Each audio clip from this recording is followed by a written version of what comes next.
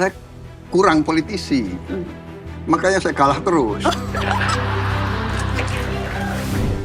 Diolok, dihina, dihujat, difitnah.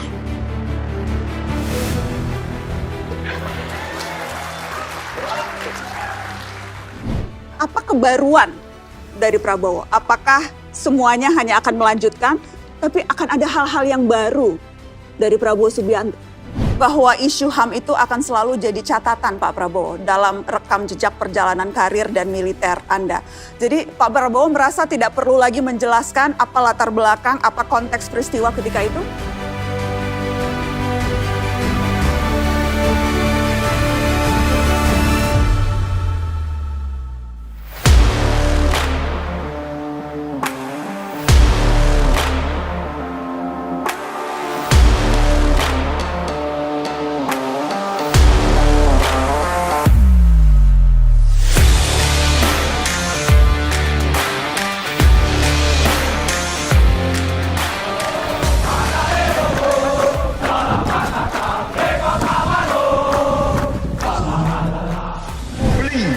Pesawat tempur dari luar sekarang terpaksa kita beli, tapi kita ingin ambil semua teknologi, belajar dan kita bangun di Indonesia.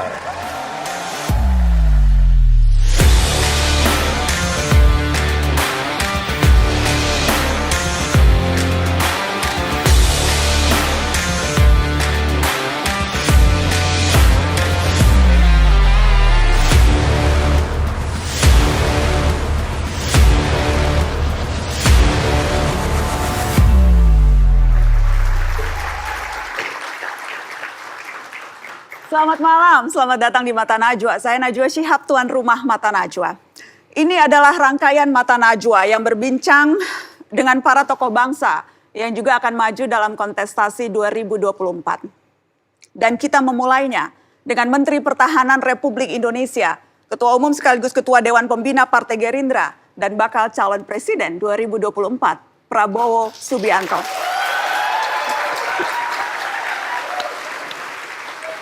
Pak Prabowo, Assalamualaikum, apa kabar Bapak? Alhamdulillah, alhamdulillah. Terima kasih sudah meluangkan waktu untuk hadir di Mata Najwa. Terakhir kali wawancara seperti ini sudah lama, jadi senang bisa dapat kesempatan lagi Pak. Terima kasih, saya diundang.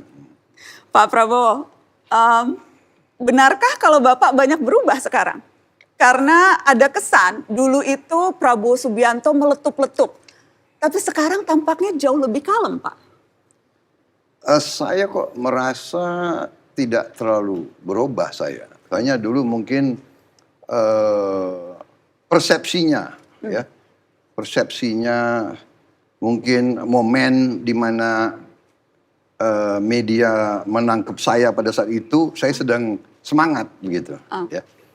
Jadi di politik di Indonesia ini, kalau kita keliling dan ketemu rakyat, ya.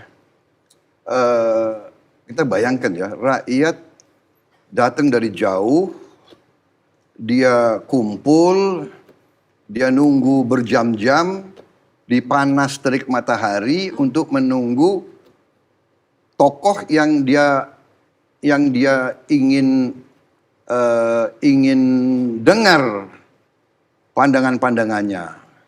Kemudian kita sebagai tokoh yang datang, kita datang. Ini masa rakyat yang datang jauh, berdiri lama, di panas terik matahari, dan kita bicara biasa-biasa saja. Dengan nada yang biasa-biasa saja. Menurut saya kurang menghormati rakyat di situ. Jadi akhirnya ya, kalau Anda perhatikan di mana-mana, saya berpandangan kita harus bicara dengan semangat. Nah mungkin bicara dengan semangat ini dipersepsi oleh elit ya. Media itu elit loh. Ya kan? Meletup-letup. Dan pers ini pinter. Yang diambil kadang-kadang yang itu saja. Yang meletup-letup. Nah alhamdulillah saya diundang sekarang. Jadi saya nggak usah meletup-letup. Karena Ya. Tapi jangan Karena Pak, saya justru mereka duduk, nggak terlalu panas, ya kan? Tapi saya justru kepengen Pak Prabowo meletup-letup juga Pak. Jangan terlalu kalem sedikit lah malam ini Pak. Harus ada meletup-letup. Tadi menarik Pak Prabowo bilang persepsi. Apalagi Pak Prabowo yang menurut Bapak kerap disalah persepsikan atas sosok Bapak? Ya, begini, saya memang bagaimanapun riwayat saya kan sebagian besar sebagai prajurit, sebagai tentara. Ya. Prajurit itu, tentara itu hidupnya keras. Ya. Saya apalagi lama sekali di pasukan tempur. Nah, Bapak tidak pernah prajurit di belakang meja ya Pak? kayaknya sebentar sekali di belakang meja. Ya. Jadi kalau di prajurit pasukan tempur itu ibaratnya itu Mbak Najwa, mereka itu ibaratnya tuh harimau. Ya, harimau ini, dan mereka kita butuh harimau-harimau ini untuk membela negara. Kalau negara kita diganggu, tentara kita mau yang harimau, ya, bukan yang embe gitu. Ya, jadi ada pepatah Mbak Najwa, pepatah yang diajarkan ya. 1000 kambing dipimpin oleh harimau, kambingnya akan mengaung semua. 1000 harimau dipimpin kambing, harimaunya akan embe semua. Nah, kita waktu itu harimau harus dipimpin harimau.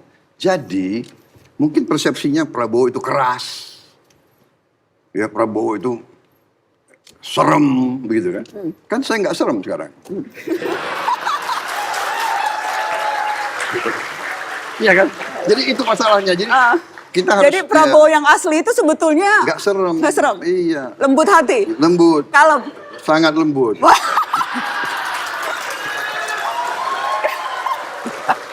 Tapi ya bagaimana? harus hati-hati. Biasanya kalau politisi mengklaim tuh biasanya kebalikannya Pak Prabowo. Banyak yang mengatakan saya kurang politisi. Makanya saya kalah terus. Tapi kali ini insya Allah. Karena saya sudah belajar politik. Saya belajar dari Pak Jokowi yang mengalahkan saya. Berarti itu guru yang hebat, ya kan? Nah, udah santai saja. Santai ya Pak. Iya. Saya sebetulnya baru mau masuk soal politik belakangan Pak. Jadi saya simpen dulu. Saya sebetulnya ada banyak pertanyaan soal politik, termasuk soal guru. Karena teman-teman saya juga sempat mengikuti Pak Prabowo dan ada hal yang menarik. Tapi saya simpen supaya penasaran. Jangan semuanya dibuka di awal dulu Pak Prabowo. Kembali ke soal tadi, menarik. Kontestasi politik Pak. Ya. Yang jelas setiap kali eskalasi politik menghangat. Di pemilu 2014, pemilu 2019. Ya. Dan belum lama ini muncul lagi isu HAM Pak. Keterlibatan Pak Prabowo di peristiwa 98. Itu selalu muncul setiap kali menghangat. Apa tanggapan Bapak soal itu? Ya begini ya Mbak Najwa. Jadi memang ini fenomena ya. Dalam arti saya udah ikut pemilu ini sudah 4 kali. Pertama 2004 saya waktu itu ikut konvensi di Golkar. Lumayan. Dari 35 calon tersaring kalau nggak salah 18. Dari 18 tersaring 5. Lumayan dong 5 ya kan.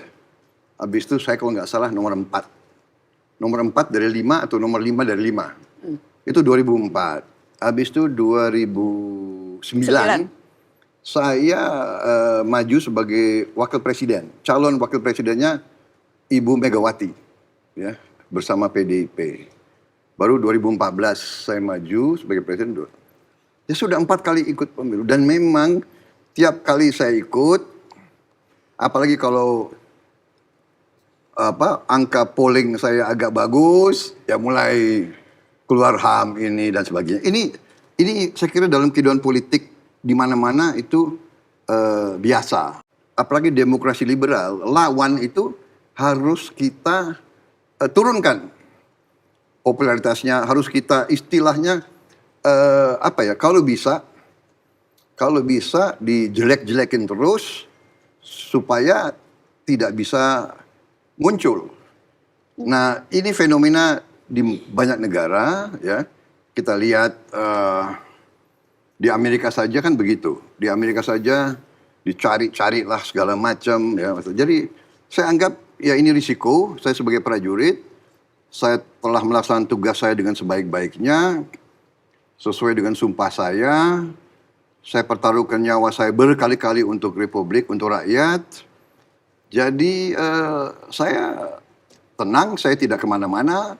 Ya jadi benar nggak? Selalu dibilang inilah, itulah. Mau kudeta, ya kan? Dan sebagainya, menculik, pembunuh, dan ya kan? Jadi gimana ya? Saya mau apakan? Tapi Jadi, ya, bahwa isu... dan begini, dan ini kan demokrasi.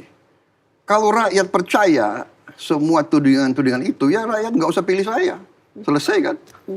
Iya kan? Tapi bahwa isu HAM itu akan selalu jadi catatan Pak Prabowo dalam rekam jejak perjalanan karir dan militer Anda.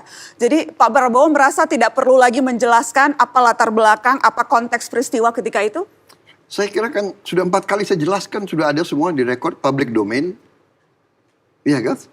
Jadi bagaimana? Iya kan? Dan ini saya kira narasi yang akhirnya kita bicara masa lalu. Ya kan? Ini 30 tahun yang lalu dan sebagainya. Memang ini sesuatu yang tidak enak. Dan itu mengganggu saya, tenang. Tapi ya itu harus hadapi, itu risiko seorang prajurit. Ya kan? Itu risiko saya. Banyak rekan saya, banyak anak buah saya malah hilang tangan, malah gugur. Ya ini risiko saya harus hadapi. Tapi Bapak bahkan tidak ragu menunjuk mantan personil tim Mawar yang pernah dihukum di pengadilan militer menjadi anak buah Bapak, menjadi pejabat di Kemenhan. Padahal kan sejarah tim Mawar ini selalu jadi bahan baku serangan publik ke Prabowo Subianto. Tapi kenapa seolah-olah Prabowo Subianto malah memelihara, terus merawat tim Mawar ini? Dengan konsekuensi serangan-serangan itu akan terus berdatangan. Kalau kita lihat, mereka kan sudah diadili, sudah lewat proses hukum, sudah selesai sekian puluh tahun yang lalu, mereka masih di tentara, dan mereka adalah prajurit-prajurit yang terbaik. Jadi kadang-kadang suatu peristiwa, karena perubahan iklim politik, perubahan itu akhirnya disalah tafsirkan, disalah artikan. Kan itu juga bagian daripada politik. Ya, jadi saya kira ternyata mereka bekerja dengan baik, mereka diterima dan mereka berprestasi. Walaupun ada catatan pernah dihukum. Saya kira begini ya, kalau Anda tahu peristiwa-peristiwa itu, kalau kita bicara lagi peristiwa-peristiwa itu juga ada suatu proses di mana dari versi kita sebagai pejabat, sebagai aparat waktu itu, ya kan, kalau ada kasus atau ada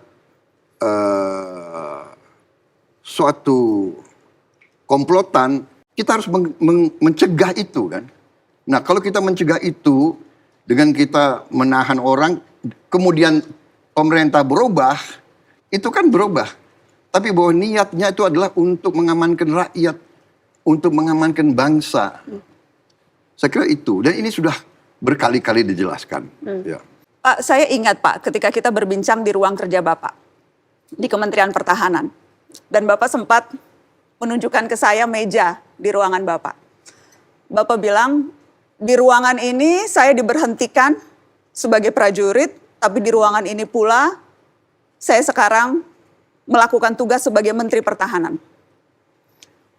Bagaimana menggambarkan naik turun perjalanan hidup Anda Pak Prabowo, dan bagaimana itu mempengaruhi laku dan sikap hidup Anda Pak? Jadi begini, saya dari kecil dibesarkan dan membesarkan diri saya sebagai seorang pendekar, seorang kesatria yang ingin membela bangsa, negara, dan rakyat saya. Itu dari kecil saya ditanamkan itu oleh kakek-kakek saya, orang tua saya dan sebagainya. Jadi itu sikap saya harus berbakti, saya harus mengabdi, dan bila perlu saya harus berkorban. Bahkan berkorban jiwa dan raga. Dari kecil sejak kita masuk daftar di akademi ya di Akabri waktu itu, kita diambil sumpah sebagai prajurit. Dari kecil kita sudah diajarkan oleh pembina kita, pengasuh kita, pemimpin-pemimpin kita, hei kau anak-anak muda, sadarkah kau bahwa kau masuk tentara, kau sudah teken mati. Itu kata-kata mereka. Di hari pertama saya masuk di lingkungan tentara, itu yang diajarkan. Anda sadar Anda masuk sini. Anda mengerti apa yang akan Anda lakukan. Bahwa hidupmu, jiwa dan ragamu bukan milikmu lagi. Bukan milik keluargamu. Ini sudah milik negara dan bangsa dan rakyat. Pada saatnya kau harus memberi jiwa dan ragamu. Jadi kalau naik turun bagian daripada perjalanan seorang pendekar. Jadi kalau kita mengalami keberhasilan, alhamdulillah. Kalau kita menerima pujian, alhamdulillah. Kalau kita mengalami katakanlah kekecewaan atau kita dimaki, dihujat, ya kita harus hadapi sebagai seorang kesatria, seorang pendekar. Itu risiko seorang kesatria. Itu. Naik turun. Iya, jadi hidup itu memang tidak bisa semua bagus, ya. Maunya saya semua bagus, tapi kadang-kadang kan kita mengalami. Yang saya selalu bilang seorang pendekar itu jatuh dan bangun. Jatuh dan bangun. Dan sekarang menjadi Menteri Pertahanan, Pak Prabowo jujur, apakah sempat jet lag Pak? Awal-awal ketika masuk di kabinet setelah hampir atau lebih dari 2 dekade berada di luar pemerintahan? Jet lag, maksudnya saya kalau dalam pulang perjalanan jauh ya saya jet lag. Tapi kalau apakah sempat berasa karena kan sudah hampir lebih dari 20 tahun kan Pak, baru kemudian Bapak masuk lagi dalam kabinet, dalam pemerintahan setelah sebelumnya berada di luar. Itu penyesuaiannya? Penyesuaiannya saya kira sebentar ya. Karena pendidikan di militer itu kan cukup membekas. Kita harus tepat waktu, kita harus disiplin, kita harus dan sebagainya. Jadi saya kira saya cepat menyesuaikan. Habis itu maaf ya, saya itu merasa nyaman di pemerintah Pak Joko Widodo. Saya pernah punya banyak pimpinan. Ini saya bukan apa ya, tapi benar saya rasakan. Saya kira Anda tanya semua menteri ya. Beliau itu punya suatu kelebihan. Beliau tidak suka pidato panjang-panjang. Beliau tidak suka pengarahan yang lama, singkat, jelas. Jadi apa ya? Anda cocok dengan gaya itu, Pak? Saya cocok dengan gaya itu. Ya. Jadi malah sekarang saya koreksi diri. Kadang-kadang saya pidatonya terlalu panjang.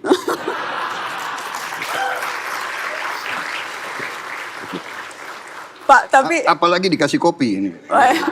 itu kopi Pak khusus kopi. Saya boleh minum? Silakan Pak Prabowo. Saya minum juga kalau begitu. Mohon maaf ya kita minum teman-teman. Pak, hampir 5 tahun ini menjadi bagian dari pemerintahan. Apakah juga mengubah pandangan Bapak tentang kondisi bangsa ini ya Pak? Karena kan melihatnya dari posisi yang berbeda. Benar sekali, Mbak. Benar sekali. Jadi saya sangat bersyukur saya diberi kepercayaan oleh Presiden Joko Widodo masuk kabinet dan menjadi Menteri Pertahanan.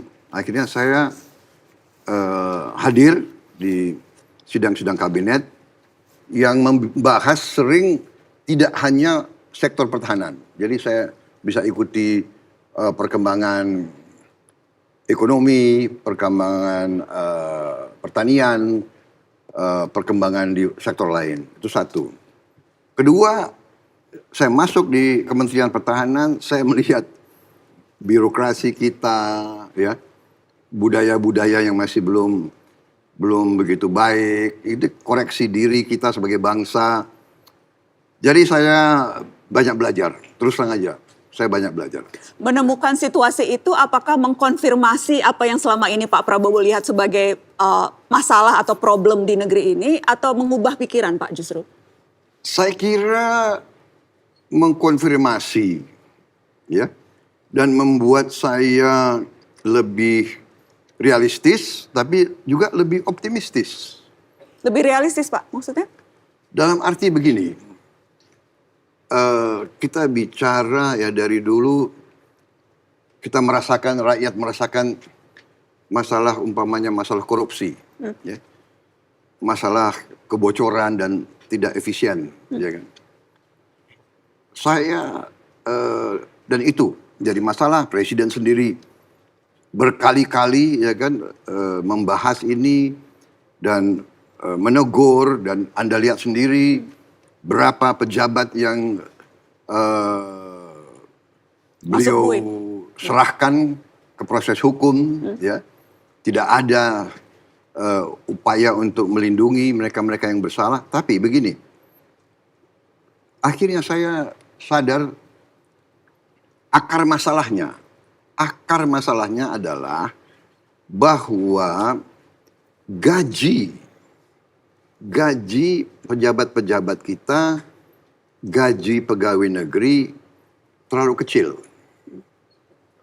Sehingga membuat para pejabat takut akan masa depan. Ini yang membuat iklim memudahkan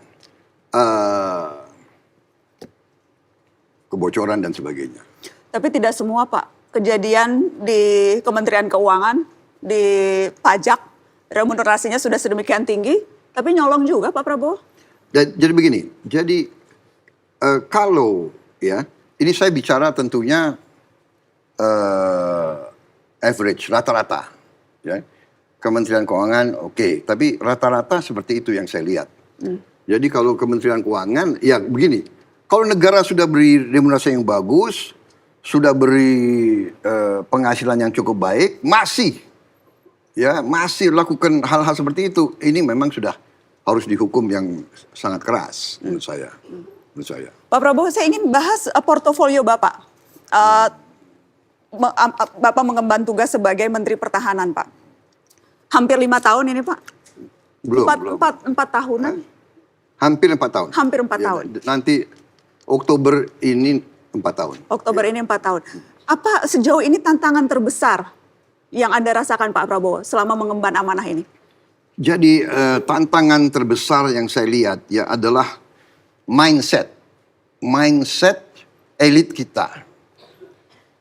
Mindset elit kita menurut saya terlalu nyaman.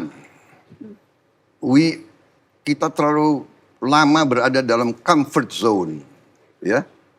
Kita berada dalam masa yang relatif damai lama sehingga elit kita semua merasa, oh, keadaan damai ini adalah keadaan yang normal. Padahal keadaan damai itu keadaan yang sangat sulit dipertahankan, sangat mahal, ya. Dan kita memang di sekeliling kita kan banyak negara-negara yang sebenarnya bersahabat sama kita. Jadi kita merasa tidak ada ancaman. Nah, ini yang sangat berat. Dengan kita merasa tidak ada ancaman, akhirnya menurut saya elit kita merasa bahwa pertahanan itu tidak terlalu penting. Pertahanan itu is nice to have tapi tidak vital. Padahal pelajaran ilmu politik dan ilmu bernegara dimanapun pertahanan itu yang vital. Pertahanan itu vital.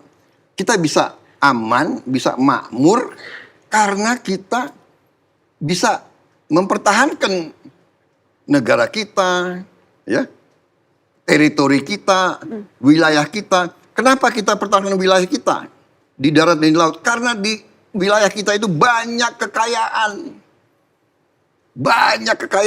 ya, kekayaan mineral, kekayaan tambang, segala macam ada di darat dan di laut. Kita punya kekayaan ikan. Kalau tidak salah cadangan ikan kita kedua terbesar di dunia. Ya. Jadi potensi-potensi kekayaan ini kalau tidak kita jaga ini sangat merisaukan. Jadi ada ajaran ya, ajaran lama dari sejarah Tiongkok. Kalau kaya harus kuat. Kalau tidak salah dalam bahasa Tiongkoknya Fu Jiang, kaya harus kuat. Kalau kita kaya tidak kuat, kekayaan kita dirampok. Ini juga ajaran dari Barat ada juga. Oke. Ya, Thukydides itu sejarawan Romawi mengajarkan the strong will do what they can and the weak suffer what they must. Artinya yang kuat akan berbuat sekehendak mereka, yang lemah akan menderita. Baik. Nah, intinya adalah kita kaya, tapi karena itu kita harus kuat. Itu jadi salah satu prioritas yang Anda lakukan di Kementerian Pertahanan, Pak, sampai akhir masa jabatan nanti, memastikan bahwa alutsista kita akan bisa cukup kuat untuk melindungi kekayaan kita. Itu tekad saya, dan Presiden Jokowi sebetulnya punya perhatian yang besar. Kurang lebih 2 minggu setelah saya dilantik, beliau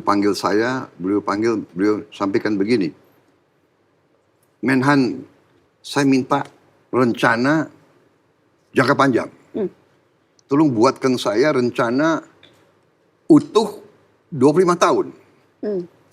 Karena saya ingin bagaimana pertahanan kita untuk 25 tahun. Saya agak tertegun. Bayangkan ini ya, beliau bukan latar belakang militer, belum pernah dapat pendidikan militer, dan sebagainya. Beliau memberi tugas, memberi petunjuk, minta dibuatkan rencana 25 tahun. Saya tertegun, saya kembali, kita susun. Ya, dan memang negara sebesar kita, Mbak Najwa, negara sekaya kita, ini hakikatnya kita kita selalu diganggu. Bahkan sebelum ada Republik Indonesia, selama Nusantara, kerajaan-kerajaan kita selalu diganggu. Ya, Portugis lah, Perancis, Spanyol, Belanda, Inggris, Jepang, Mongol, semua ke sini. Kenapa? Kita ini kaya, Mbak. Bukan kita yang ke Eropa, mereka ke sini. Habis itu udah ke sini nggak mau pulang lagi, ya kan? Ya kan? Jadi ini harus kita sadar. Dan semua pakar, semua lembaga internasional meramalkan bahwa Indonesia kelak tidak lama lagi kita akan menjadi negara dengan ekonomi keempat atau kelima terbesar di dunia. Ya. Mereka meramalkan, tapi kita kadang-kadang nggak sadar gitu loh. Ya. Nah, tapi juga ada istilahnya, ada kafiat-kafiat. Jadi istilahnya tentunya ada syarat-syaratnya. Nah, syarat-syaratnya ini antara lain ya, kalau elit Indonesia, pemimpin-pemimpin Indonesia bisa kerjasama, bisa rukun, bisa kompak. Kalau pemimpin-pemimpin kita bisa rukun, bersatu dan kompak, Indonesia akan bangkit luar biasa. Jadi Pak Prabowo spesifik diberi tugas oleh Pak Jokowi itu ya, selama 25 tahun apa rencana pertahanan. Dan itu yang memang sudah Anda selama ini kerjakan sepanjang sampai 4 tahun ini. Pak, selain masih soal portofolio Kemenhan, Pak. Salah satu mandat yang juga diberikan Presiden Jokowi ke Kementerian Pertahanan adalah soal pembangunan food estate atau lumbung pangan, khususnya di Kalimantan Tengah. Pak, sejak awal sudah banyak kritikan Pak Prabowo akan pelaksanaan program ini. Dan belakangan itu ada laporan dari Walhi, dari Greenpeace yang menyoroti bagaimana program ini justru mengeksploitasi hutan, Pak. Mengancam wilayah adat dan keanekaragaman hayati. Apa evaluasi Bapak soal pelaksanaan food estate ini? Jadi Mbak Najwa begini ya, krisis dunia yang diramalkan oleh PBB dan sebagainya, krisis dunia yang akan juga sampai ke Indonesia atau sudah sampai, itu 3 hal. Ya. Pertama, food, ya, pangan, food. Kedua, energi, BBM dan sebagainya. Yang ketiga adalah water, air. Ya, food, energy, water. Ini 3 hal yang kritis.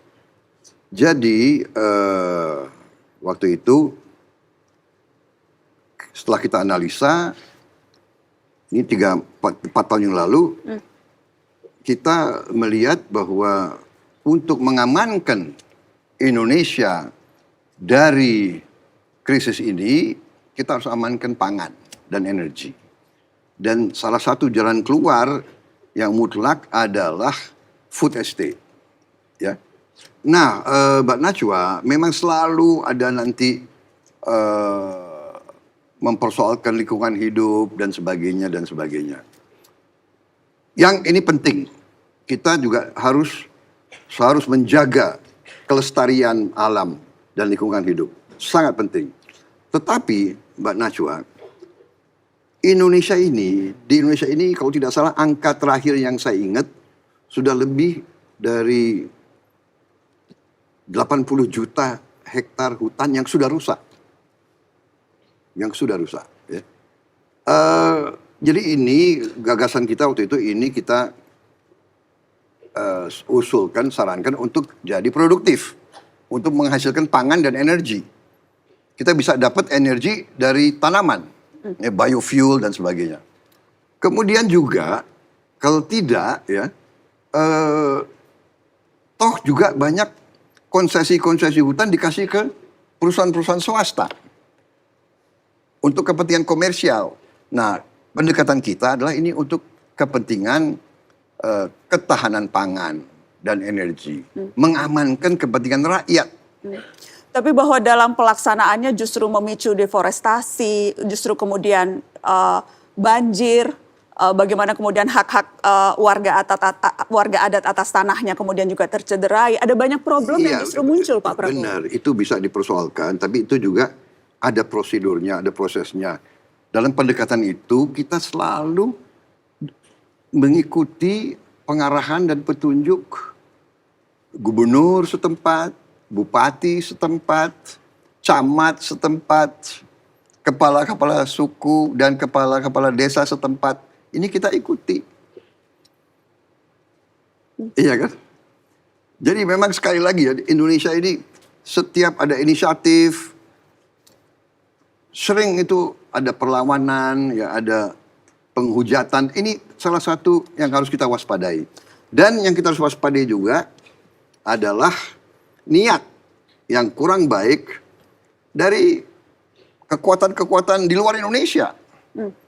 Jadi Anda tahu kalau Indonesia ini begitu besar, begitu kuat, kalau kita benar-benar mampu ya produksi makan sendiri dan produksi energi sendiri, kita tidak bisa didikte oleh negara manapun.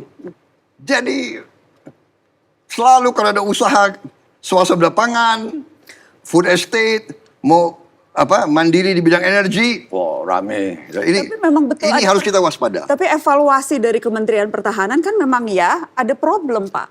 proyeknya kemudian gagal tanam begitu. Singkong yang dihasilkan tidak sesuai dengan harapan. Ada salah satu pejabat Kemenhan Pak yang menyebut mangkraknya program itu karena ketiadaan anggaran dan belum siapnya regulasi pembentukan badan yang diperlukan. Jadi sempat ada statement itu keluar dari anak buah Pak Prabowo. Pertanyaan saya kemudian, apakah memang ini tidak masuk dalam perencanaan sebelumnya? Karena kan bagaimanapun bencana lingkungan akibat pembukaan hutan itu tidak bisa dihindari, Pak Prabowo. Begini, di situ yang saya bilang waktu Mbak Najwa tanya tadi di awal, ya, apa yang saya pelajari dari mana? Dari saya masuk ke pemerintah. Jadi begini, yang saya pelajari yaitu masalah birokrasi kita sering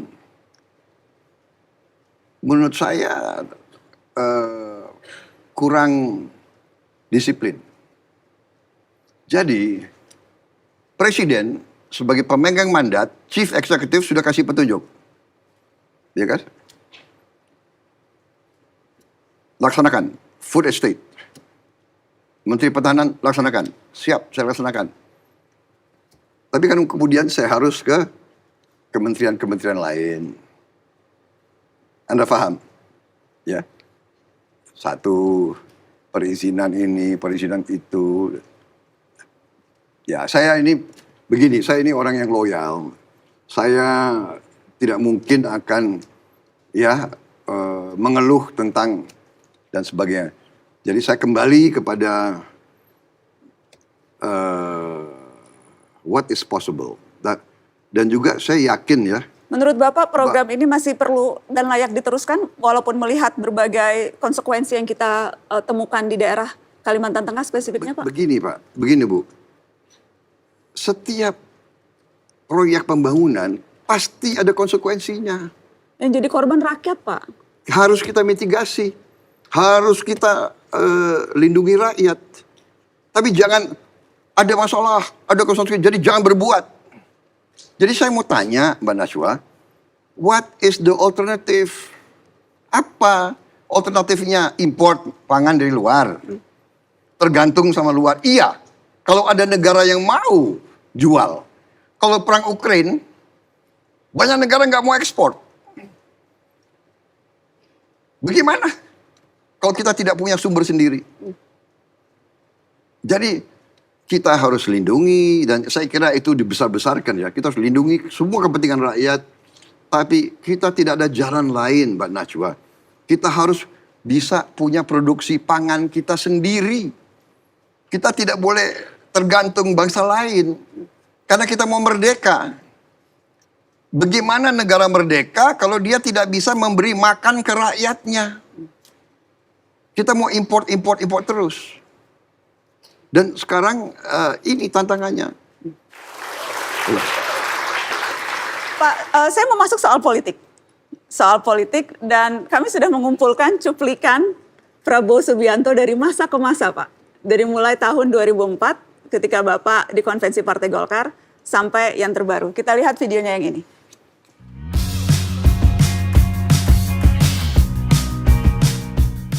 Jadi di satu pihak kita bangga pada kepercayaan yang diberikan atas wewenang dan kekuasaan yang kita diberikan. Tapi di lain pihak kita merasakan benar, merasakan tanggung jawab. Semakin naik, semakin berat saya rasakan.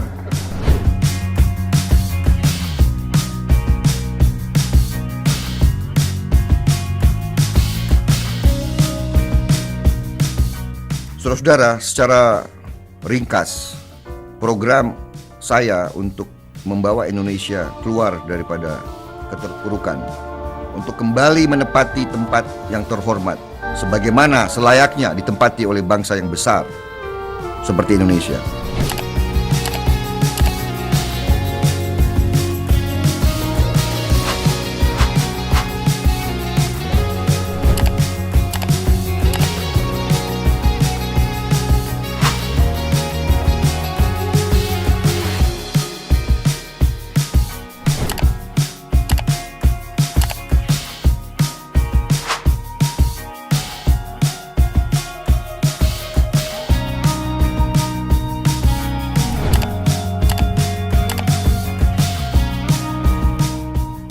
There are no permanent friends and there are no permanent enemies. There are only permanent interests.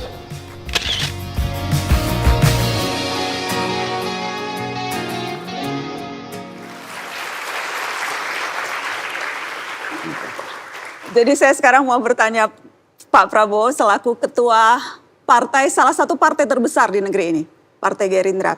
Pak, berbagai hasil survei Pak menempatkan partai politik itu sebagai lembaga di deretan terbawah kalau bicara kepercayaan publik. Rakyat melihat Pak Prabowo, partai itu tidak mewakili kepentingan mereka tapi mewakili kepentingan elit. Apa tanggapan Bapak soal itu Pak? Ya, ini menjadi pekerjaan rumah kita bersama, PR, ya. Karena demokrasi itu dilaksanakan, ya, kedaulatan rakyat dilaksanakan melalui partai politik. Jadi kalau partai politik itu sekarang kurang dipercaya oleh rakyat, ini tantangan dan PR bagi pimpinan partai politik dan kader-kader partai politik untuk memperbaiki hal itu. Jadi ini jadi masalah. Tetapi sekali lagi demokrasi itu kan melalui suatu perwakilan. Jadi tidak mungkin kita 100 juta lebih rakyat kumpul untuk ambil keputusan. Kan harus diwakilkan rakyat. Nah, ini wakil itu disaring melalui organisasi yang namanya partai politik. Jadi kita harus perbaiki. Kita harus perbaiki supaya tidak seperti itu. Ya. Kita harus perbaiki, tentunya itu kembali ke kualitas leadership, kualitas kepemimpinan dan kualitas pendidikan, education. Jadi pemimpin-pemimpin kita harus benar-benar terdidik dengan baik, tapi juga sistem politiknya harus kita kaji. Ya, sekarang terus saja kita harus kaji demokrasi ini yang kita laksanakan. Kita harus, menurut saya, ongkos politiknya terlalu mahal. Ya, jadi ini yang harus kita cari, para pakar, kita belajar dari mana supaya nanti wakil-wakil rakyat bisa dipilih tanpa ongkos politik yang terlalu mahal. Yang saya lihat ya, di beberapa negara barat, sebagai contoh untuk jadi anggota parlemen di Inggris, uang pribadi yang keluar paling adalah 300 pound. 300 pound mungkin sekarang berapa ya? 300 pound. 7, 8 juta, 10 juta rupiah. Perbandingan dengan di Indonesia berapa Pak? 10 juta rupiah Pak. Iya, maksud saya kalau di Inggris hanya sebesar itu, di Indonesia bisa berapa banyak ya Pak? Wallahu alam. Tergantung daerah pemilihannya. Gini. Miliaran Pak Prabowo. Saya ini terus terang aja agak ngeri cerita sebenarnya. Saya takut anak-anak muda ini patah semangat. Ya, ini harus kita perbaiki supaya mereka tidak mengalami seperti kita sekarang.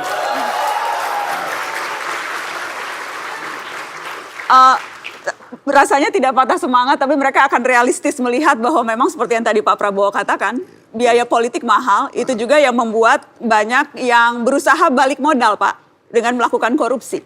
Ya. Akhirnya kan berarti sistem politik kita malah tidak membawa Indonesia aja, tidak membuat negara ini jadi negara maju, hebat, makmur, tapi bisa merusak negara kita sendiri. Makanya kita harus berani mengkaji.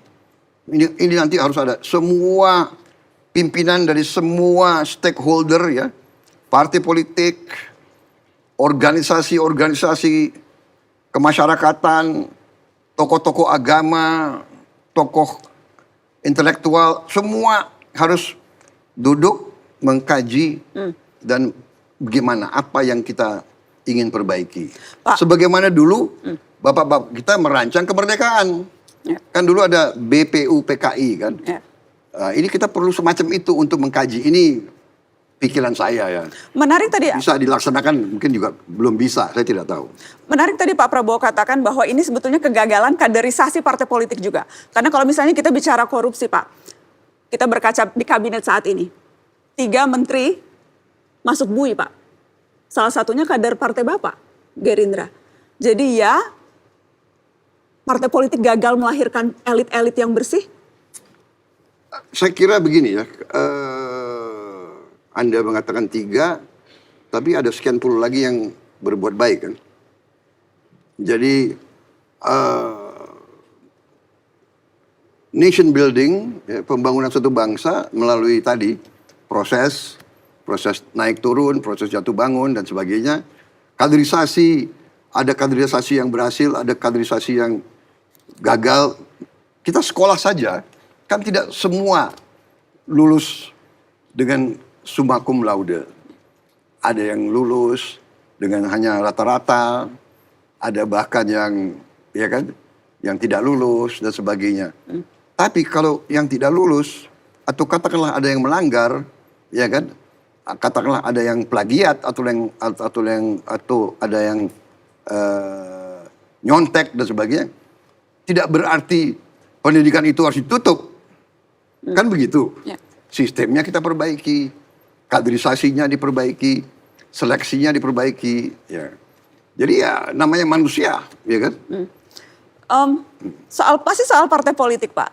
Seberapa demokratis proses pengambilan keputusan di partai Anda Pak Prabowo? Karena Anda ketua umum, juga merangkap ketua Dewan Pembina. Iya. Apakah semuanya harus seia sekata Prabowo Subianto?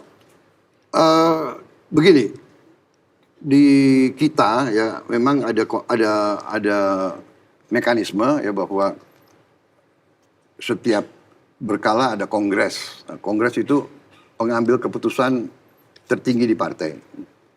Dan dalam beberapa kongres, dan kita ini sudah melaksanakan dalam 15 tahun, bayangkan kita sudah melaksanakan kalau nggak salah 4, saya lupa, sudah melaksanakan beberapa kali kongres luar biasa. Jadi belum tentu 5 tahun, kadang-kadang 3 tahun kita sudah kongres. Di kongres itu keputusan tertinggi partai dan memang saya diberikan mandat untuk mengambil keputusan-keputusan strategis. Tetapi pengalaman saya, satu orang tidak mampu untuk mengambil keputusan yang terbaik sendiri. Jadi di tempat kami ada Dewan Pembina, hampir semua keputusan penting Dewan Pembina kumpul, kita bahas, kita brainstorming, kita musyawarah, dan di ujungnya ada mekanisme untuk saya mendapat suatu saran terbaik. Jadi mekanisme itulah yang kita jalankan. Jadi semua keputusan strategis saya selalu kumpulkan. Bahkan kita punya juga di bawah kongres ada Rapimnas. Nah, setiap keputusan penting kita panggil Rapimnas. Dan di situ unsur pimpinan ada kesempatan semuanya untuk berbicara. Jadi dinamika itu ada? Harus. Berani membantah ketua umum Pak? Kader partai Bapak? Harus berani. Harus berani? Harus berani. Iya. Harus berani. Harus berani. Tinggal caranya kan. Tinggal caranya. Tapi banyak, sering saya. Dan tidak akan membawa konsekuensi apapun terhadap karir politiknya kalau berbeda dengan ketua umumnya? Ya jelas, karena apa? Kadang-kadang sanggahan itu adalah mengamankan. Ya kan? Sanggahan itu justru mengamankan. Jadi saya suka diskusi, saya justru suka pendapat-pendapat yang berbeda, menyanggah. Bukan ABS. ABS ini sangat berbahaya. ABS ini sangat berbahaya, ya. Dan ABS ini adalah kecenderungan bangsa Indonesia. Begitu ya Pak? Ya, koreksi kita ya. Karena kita nggak enak membantah atasan, ya kita. Jadi pengalaman saya ini ABS ini merugikan pemimpin. Saya punya cerita, boleh nggak? Saya Silakan punya cerita. Pak. Saya waktu itu komandan batalion. Ya, komandan batalion 38. Suatu saat saya itu mau ngetes perwira-perwira saya. Ya kan? Jadi dari kantor saya, di depan kantor saya itu ada lapangan. Lapangan apel, lapangan sepak bola. Di keliling lapangan itu banyak pohon. Pohon besar, rindang, bagus, hijau. Saya hanya mau nguji saja. Suatu saat saya kumpulin perwira saya, kira-kira seingat saya ada kira-kira 16-17 perwira di situ. Ya. Ada kapten, letnan 1, letnan 2. Di pinggir lapangan. Saya kumpulin, saya bilang, para perwira, saya tadi lihat dari jendela saya lihat ke lapangan. Menurut pendapat saya, kan lebih bagus lapangan kita ini luas. Tidak ditutupi oleh banyak pohon-pohon. Bagaimana kalau kita tebang semua pohon ini? Saya tanya. Ya kan? Karena ini mengganggu pandangan kita dari jauh. Kita tebang aja. Bagaimana? Mbak Najwa, semua perwira saya, siapa? Ide yang bagus, Pak. Ide yang bagus, Pak. Semua perwira bilang ide yang bagus, ide yang bagus. Bener, Pak. Tebang aja, Pak. Tebang aja, tebang aja. Tahu-tahu, ini benar-benar. Dari belakang saya, ada suara seorang kopral. Kopral itu sedang jongkok di belakang. Nggak tahu dia lagi apa gitu ya. Dia dengar pembicaraan ini perwira. Dia bilang, jangan Pak. Itu dulu kami yang tanam Pak. Sekian belas tahun yang lalu Pak. Dan ini tempat kami berlindung kalau panas Pak. Ini rindang Pak. Debu-debu bisa dikurangi Pak. Jangan ditebang Pak. Ini kopral yang bicara? Kopral yang bicara. Ini pelajaran bagi saya. Jangan-jangan orang pangkat rendah lebih jujur dari pangkat tinggi.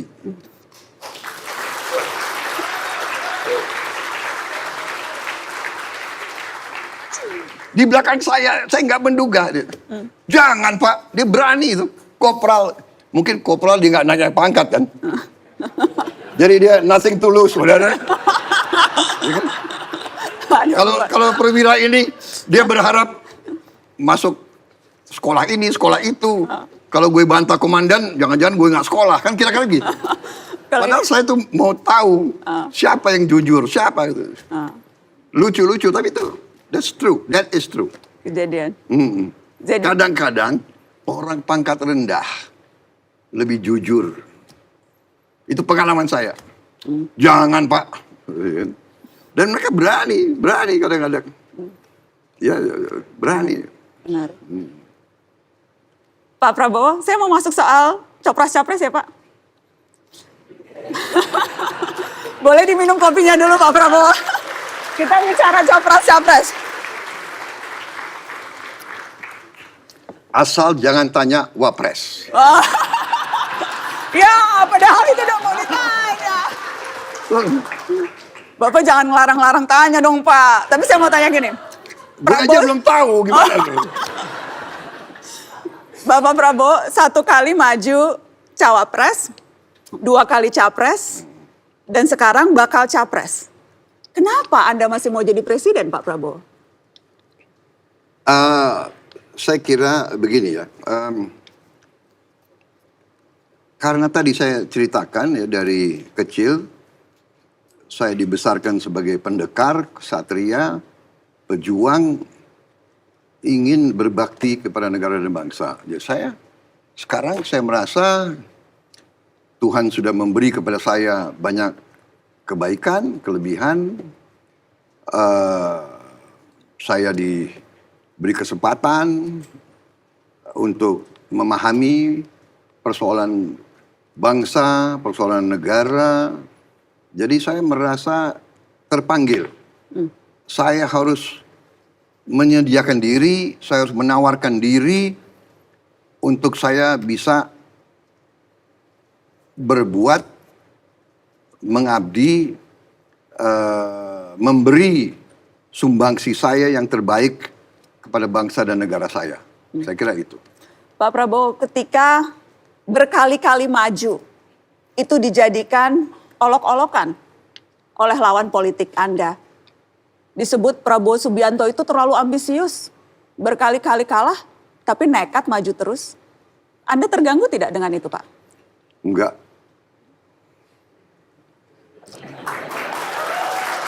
Tidak terganggu. Apa ya? Pengalaman saya ya, diolok-olok itu kan nggak sakit. Begini ya, kita bersyukur kita hidup dengan baik ya. Kita bersyukur pemberian Tuhan. Diolok, dihina, dihujat, difitnah.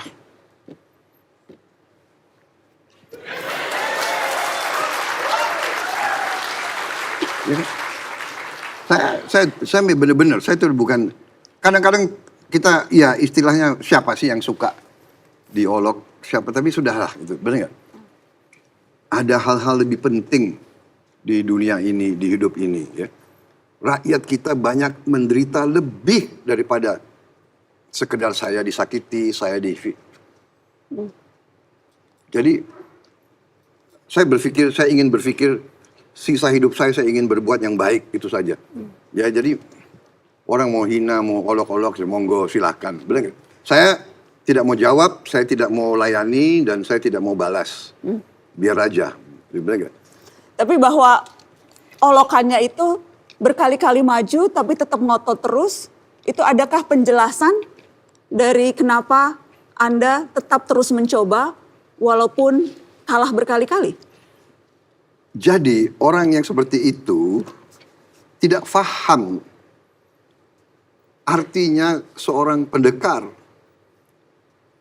Tidak paham seorang pejuang. Pernah Anda berpikir, pernahkah Anda bayangkan ya, Jenderal Sudirman di rumah sakit paru-paru 1, waktu diserang oleh Belanda, diperintahkan oleh Presiden, kamu istirahat kalau kamu sakit. Dia berdiri dengan paru-paru 1, dia naik gunung, dia bergerilya, dan dia tahu kemungkinan dia mati. Anda bertanya kenapa? Anda bertanya nggak kenapa Pak Dirman begitu? Anda tanya kenapa Yosudarso menghadapi kapal perang yang begitu lebih kuat Belanda, dia tidak mau balik, dia tidak mau lari, dia tidak mau menyelamatkan diri. Dia bisa lompat dari kapal, dia selamat. Semua anak buahnya suruh keluar. Dia tetap sampai tenggelam. Anda bertanya, kenapa Yosudarso mau begitu? Jangankan kalah, gugur. Anda pernah bertanya, I Gusti Ngurah Rai dikepung oleh Belanda, peluru habis, dengan 1 batalion dia, kalau tidak salah 249 anak buahnya, saya lupa persis angkanya, 250 atau dikepung oleh Belanda, Belanda ngirim ultimatum, kalau Anda menyerah, Anda selamat. Dia dan seluruh anak buahnya habis peluru, pasang sangkur, angkat pedang, menyerbu. Ini, Anda bertanya, kalau menyerah Anda hidup? Saya tidak menyerah. Anda paham? Jadi psikologi, saya tidak paham kenapa yang tanya, tapi yang tanya itu nggak paham menurut saya.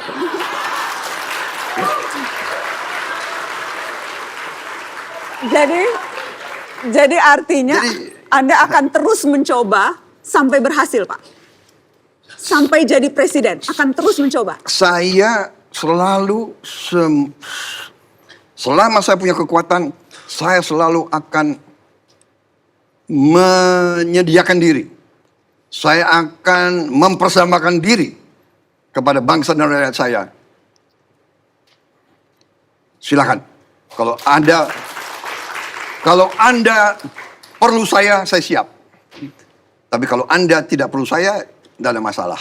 Saya bisa melaksanakan tugas lain, ya kan? Saya ingin bertanya ini juga Pak Prabowo. Walaupun Bapak sudah sempat menyampaikan, tapi rasanya kesempatan ini saya ingin tanyakan lagi. Yang jelas Bapak berhadapan dengan Pak Jokowi dalam 2 kali pilpres yang sangat sengit. Selisih suaranya juga cukup ketat. Dan ekses persaingan itu sampai ke akar rumput, Pak. Dan kita ingat ketika itu, Pak, tim Prabowo Subianto cukup lama tidak mengakui kemenangan Jokowi. Sampai akhirnya ditetapkan MK.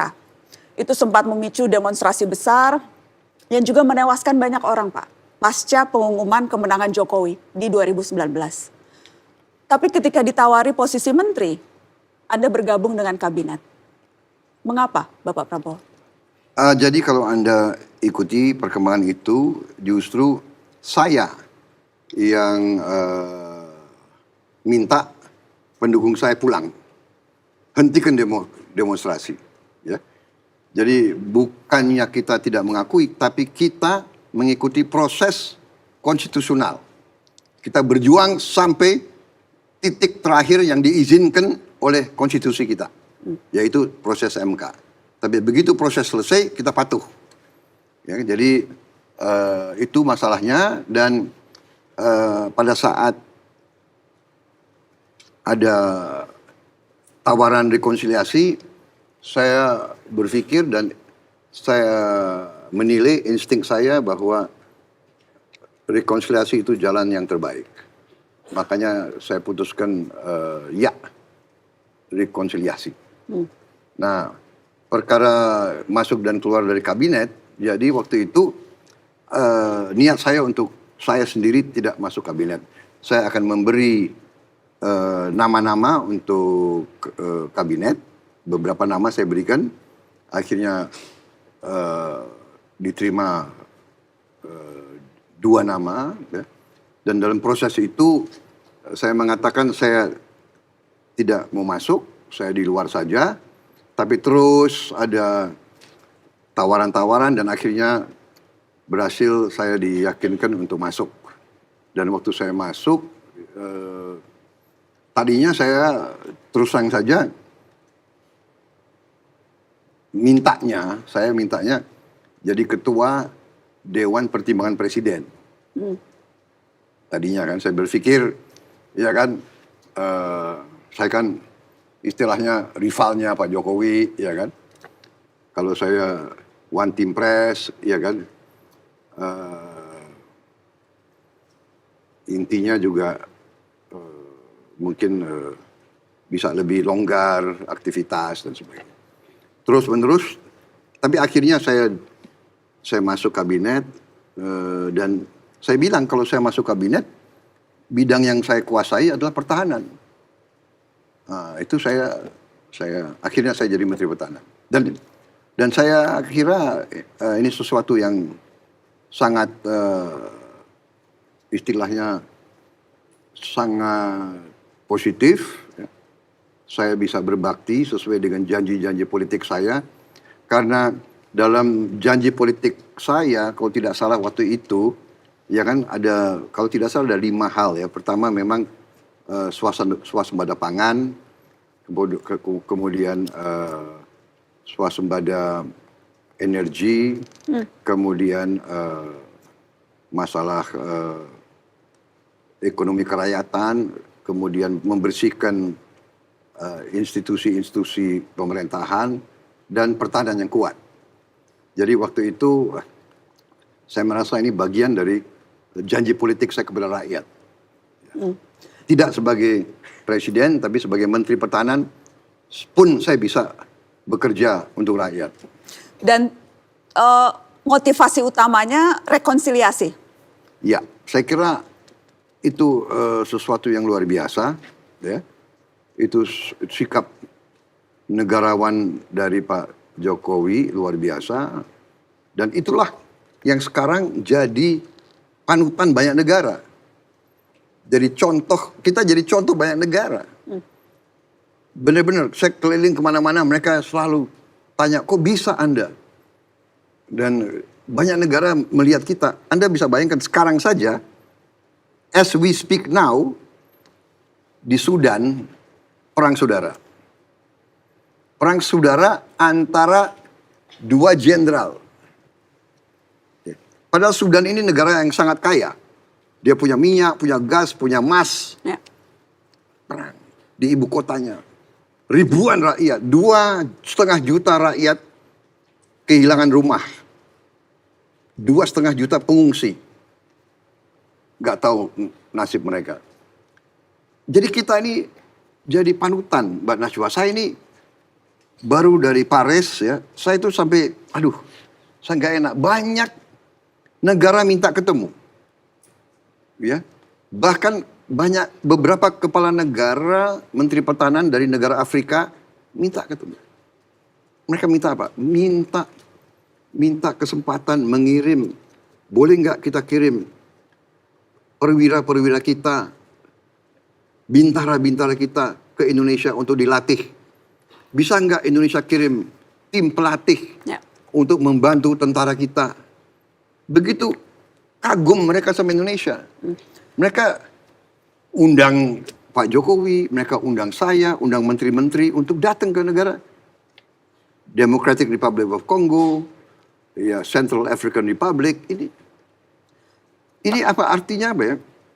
Dan saya ke Malaysia, teman-teman di Malaysia sekarang yang dulu mereka ya mungkin memandang kita nggak terlalu ya. Dulu mereka selalu anggap Indonesia, tapi sekarang mereka kagum sama kita, kagum sama Indonesia. Kenapa? Karena kita bisa rekonsiliasi. Pak Prabowo, tapi rekonsiliasi yang sesungguhnya kah Pak? Rekonsiliasi ini bukan rekonsiliasi semu karena sampai sekarang polarisasi itu masih ada Pak. Perbedaan itu masih nyata. Belum pemilu, cebong kadrun kampret masih terus Pak. Masih ramai dan sebagainya. Jadi ini saya lihat rasanya Bapak masuk ke kabinet, polarisasi masih ada Pak Prabowo? Saya merasa kok berkurang ya. Saya kok merasa sangat berkurang sekarang. Ya. Jadi saya merasa ya, saya jarang dengar lagi cebong kadrun, saya jarang. Masih ada Pak? Nggak tahu ya, dari siapa itu? Buzzer-buzzer politik Pak yang pasti. Buzzer politik. Yang terus. Buzzer politik kita nggak tahu dia kerja untuk siapa. Jangan-jangan dia kerja untuk orang asing, untuk Indonesia terus ribut. Anda percaya itu Pak? Jangan-jangan. Loh kita mau rekonsiliasi kok ada yang mau terus, ya kan? Tapi bahwa politik akan selalu membawa polarisasi, akan selalu ada ancaman perpecahan, itu fakta yang memang harus diterima kan Pak Prabowo? Justru itu Mbak Najwa, politik kita harus unik, harus khas. Politik kita harus politik yang bijaksana, politik yang cerdas, politik yang penuh kesadaran. Jangan politik yang kita ikut-ikut gaya orang lain, ya. Hujat menghujat, hardik menghardik. Enggak, itu menurut saya tidak produktif. Rakyat tidak suka. Rakyat tidak suka pemimpin yang saling mengejek, saling menghargai. Feeling saya. Pak, dengan alasan rekonsiliasi juga, apakah berarti nanti kalau Bapak menang, lawan akan Bapak ajak bergabung ke kabinet, dan sebaliknya kalau Bapak kalah akan bersedia bergabung bila diajak yang menang? Inikah tradisi Indonesia menurut Anda Pak, politik Indonesia seperti ini, yang kalah bergabung ke yang menang? Kalau saya menang, insya Allah saya menang. Saya akan mengajak semua unsur masuk dalam pemerintahan.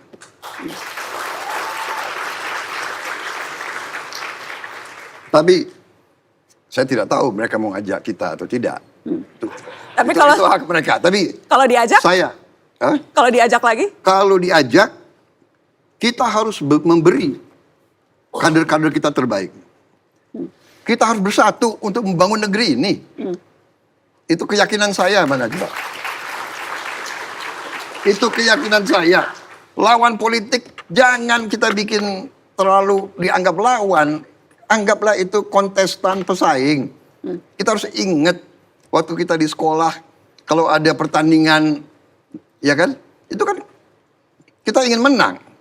Tapi sudah pertandingan selesai, masa kita masih, ya kan? Gontok-gontok. Ya, jadi itu karena tradisi bangsa berbeda-beda. Ya, kita perlu check and balance, harus saling koreksi. Tapi kita harus sadar bahwa negara kita terlalu besar, terlalu beragam, terlalu banyak suku, kelompok etnis, terlalu banyak daerah. Ya, kalau kita tidak di ujungnya punya suatu elit, unsur pimpinan yang kompak, bisa kerjasama, sulit untuk kita sampai ke potensi kita. Ya, saya tuh analogi, saya ini suka sepak bola. Jadi tim sepak bola itu teamwork. Ya. Kita bisa menang kalau 11 orang ini kerjasama. Bahkan tidak 11 orang. Ada pemain cadangan, ya. Ada pelatih, asisten pelatih, manajer, tukang bawa minuman, tukang pijit, one team. Ini yang bisa menjadi juara. Indonesia perlu kerjasama ini. Pak Prabowo, saya ingat ketika kita berbincang di mobil, Pak, dan Bapak bilang belajar politik dari Pak Jokowi. Saya ingin teman-teman menyaksikan cuplikan liputan saya dengan Pak Prabowo berikut ini. Jangan ditarik. Pak, jangan ditarik. Jangan ditarik. Pak. Jangan ditarik, Pak. Pak Prabowo ngikutin gaya Pak Jokowi, bagi-bagi kaos. Kalau politik saya belajar dari Pak Jokowi. Spesifik jadi gesture ini tuh spesifik Pak Prabowo Ya. memang lihat dari Pak Jokowi. Ya kan saya sering ikut beliau, saya lihat loh, ya presiden aja bagi-bagi kaos, apalagi menteri kan, boleh dong, bagus kan itu, iya kan, rakyat senang. Tadi juga di Sespim menarik yang waktu Pak Prabowo bilang mengilustrasikan, menganalogikan Presiden Jokowi sebagai kapten sepak bola. Ya dia kan pemimpin pemerintah, dia kepala negara, ya dia, saya ibaratkan kapten kesebelasan. Kapten timnya namanya tim Indonesia, beliau kaptennya, beliau. Dan Prabowo Subianto striker. Iya dong. Iya. Striker tuh paling banyak yang nekel biasanya, Pak. Ya biasa itu. Biasa kena tackle. Iya. Kalau nggak tackle atau menekel. Pak Prabowo banyak yang mana? Sama Ya, nggak ada tanggung, masalah. sama tanggung jawabnya Kan, harus yang ngegol, harus iya. banyak ngegol Pak kalau striker. Kalau di tackle biasa, kalau Anda mau masuk lapangan ya Anda harus siap di tackle. Nggak ada masalah, jatuh biasa itu. Jadi kalau ibarat pertandingan sepak bola, striker. Pak Prabowo nih udah golin berapa banyak?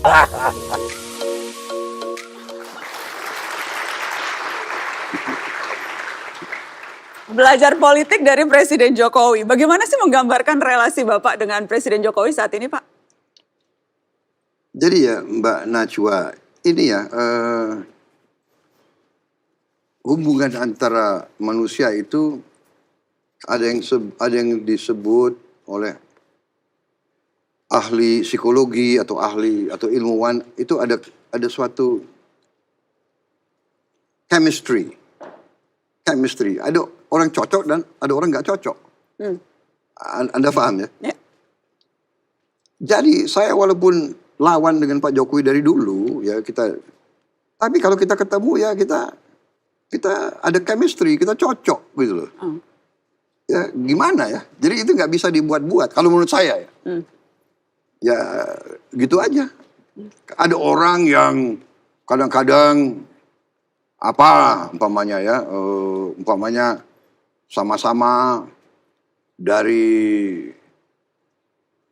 Partai Gerindra atau sama-sama alumni Akademi Militer, sama-sama, tapi chemistry nggak cocok, bagaimana?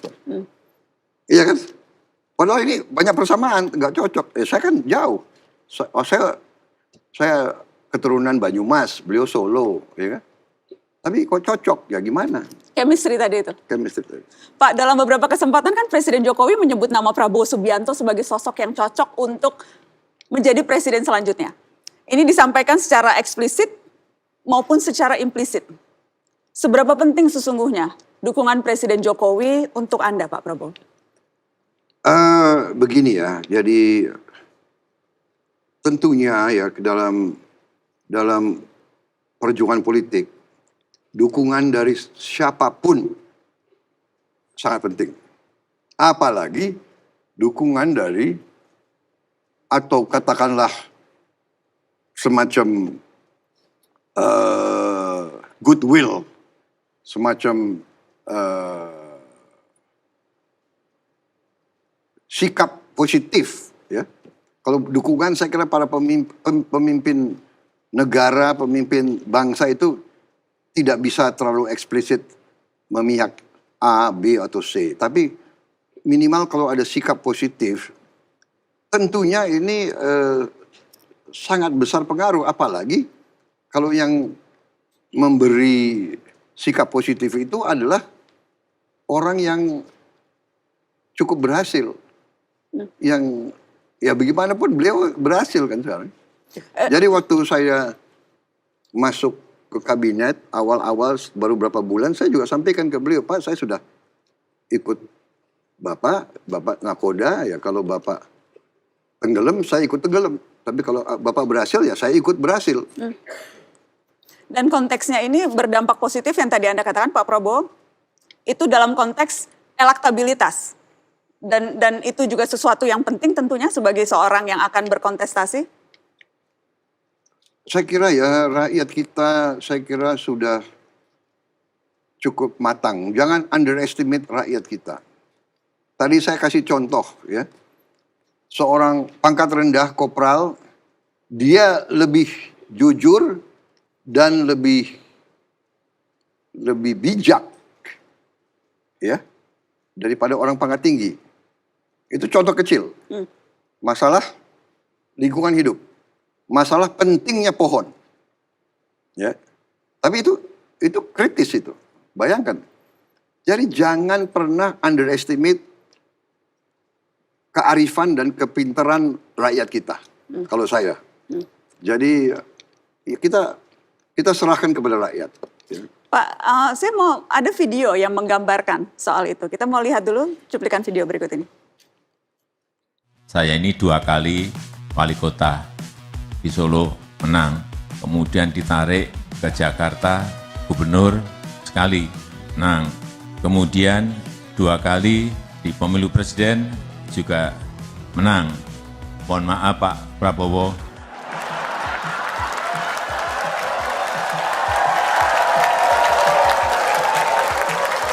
Kelihatannya setelah ini jatahnya Pak Prabowo.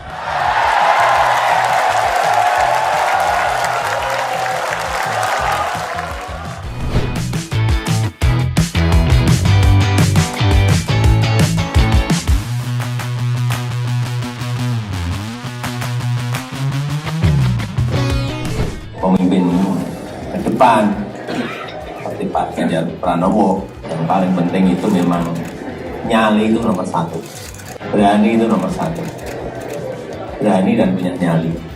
Dan saya lihat Pak Ganjar punya.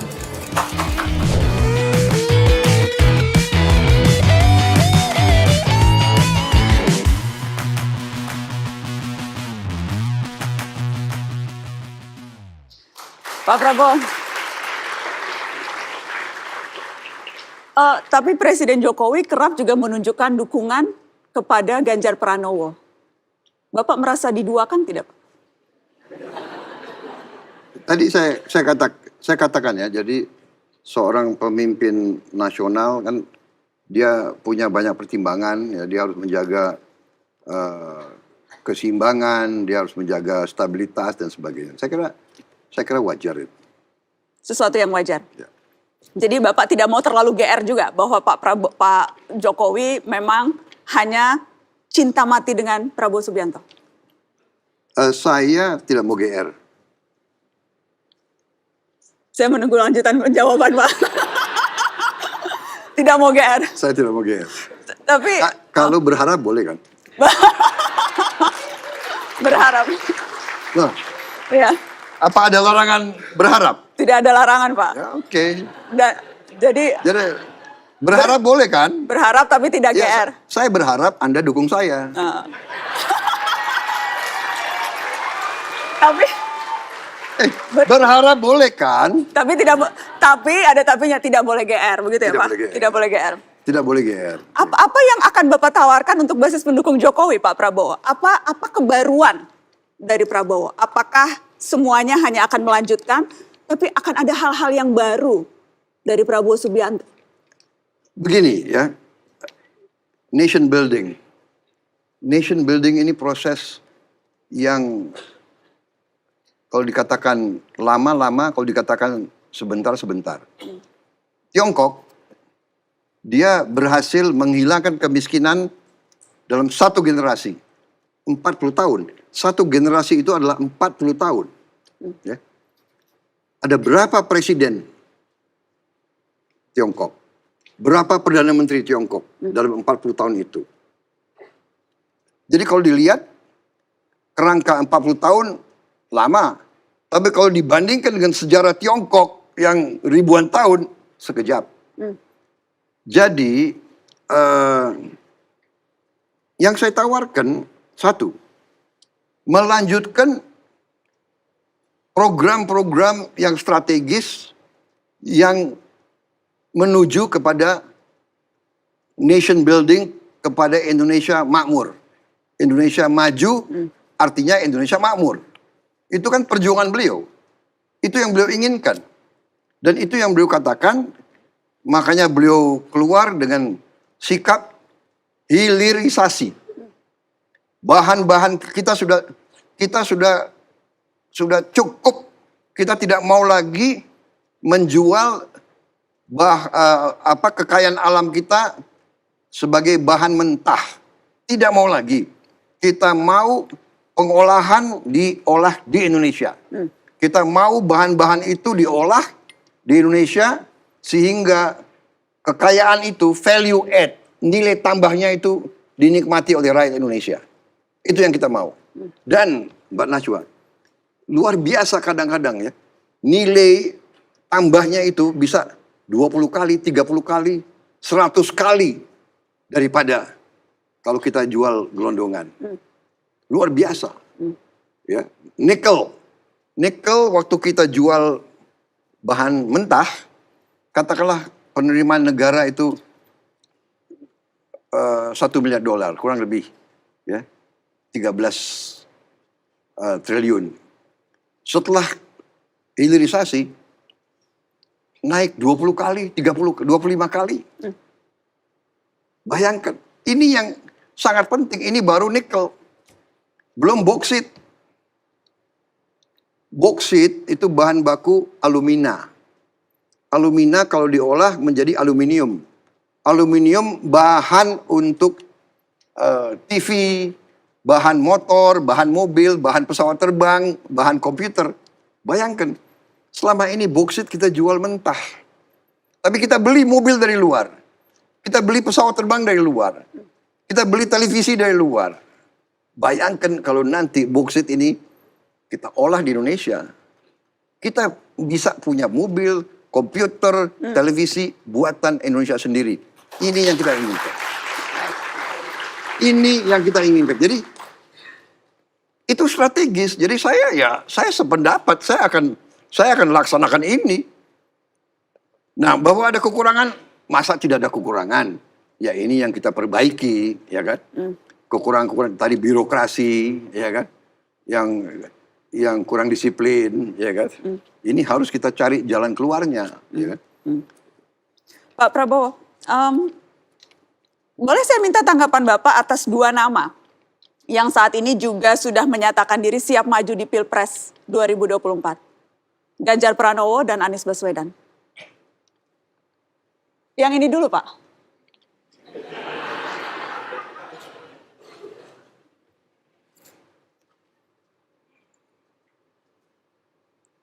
Maksudnya? Apa tanggapan Bapak atas Anies Baswedan yang juga sudah menyatakan diri akan maju di Pilpres dan itu artinya ada kemungkinan akan bertarung melawan Anda, Prabowo Subianto, Pak Prabowo? Oke, begini ya. Konsep sebuah republik. Konsep sebuah republik ya adalah bahwa setiap warga negara yang punya kesehatan yang baik, punya pendidikan yang baik, punya katakanlah penghasilan yang cukup dan mapan, ya, pendidikan yang baik, harus ini konsep republik ya, Ya. harus menyediakan diri untuk mengabdi. Anda mengerti? Artinya apa, Pak? Artinya Anies Baswedan sebagai warga negara, kalau dia merasa tadi itu berpendidikan cukup, berkesehatan baik, penghasilannya sudah mapan, dia boleh saja, dia sebagai warga negara bagus kalau dia menyiapkan diri, menyediakan diri untuk maju. Kan dia menyediakan diri untuk berbakti kepada negara. Dan Itu kan positif. ya. Dan sosoknya, boleh saya minta penilaian Anda atas sosok Anies Baswedan, Pak Prabowo? Saya kira bukan wewenang saya atau kompetensi saya untuk menilai. Itu kan rakyat yang akan menilai beliau. Iya kan?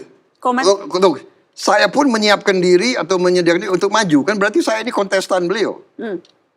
Saya kan, iya kan? Ya. Kita akan bersaing.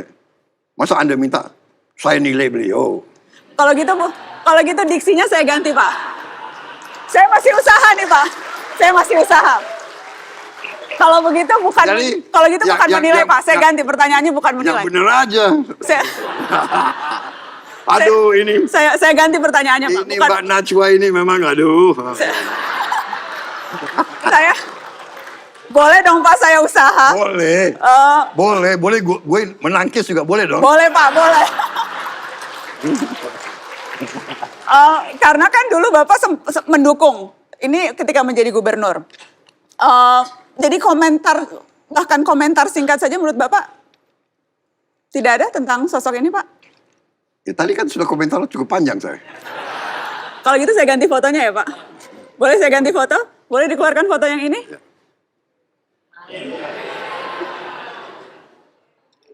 Bagaimana menggambarkan hubungan Bapak dengan Ganjar Pranowo, Pak Prabowo? Anda mau jawaban yang jujur ya? Selalu, Pak. Oke. Jadi begini, saya kan tidak pernah dekat dan tidak pernah bekerja sama-sama beliau. Saya tidak pernah ya. Tapi jujur ya, kalau chemistry, saya oke sama beliau.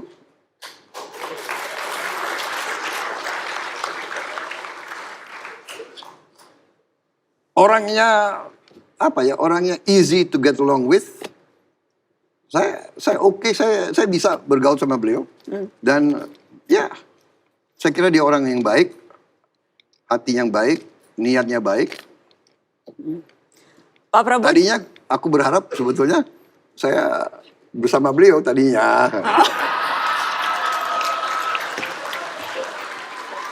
Ini mulai seru Pak. Tadinya. Itu dalam tadinya. Dan apa yang mengubah? Jadi begini, udahlah. Kita ini udahlah, ini Indonesia ini sebetulnya udah yang penting kita rukun, udah itu aja. Ya. Tadinya saya masih mau tadinya, Pak. Tadinya itu. Ya, tadinya tapi sekarang nggak bisa kan? Ya. Karena tadinya berharap posisinya wakil presiden. Siapa? Mas Ganjar. Dan itu tidak mungkin karena sudah dicalonkan oleh PDI Perjuangan. Iya, begitulah kira-kira. Pak, tadi Pak Prabowo bilang tidak mau ditanya Wapres. Cuma saya bandel Pak orangnya, jadi saya tetap akan tanya. Karena nama-namanya beredar Pak. Nama-nama yang disebut potensial untuk mendampingi Prabowo Subianto menjadi wakil Prabowo Subianto. nama Erick Thohir, nama Mahfud MD, nama Erlangga Hartanto, Muhaimin Iskandar, Hovifah Indar Parawansa, hingga ada satu nama lagi Pak, Gibran Rakabuming Raka.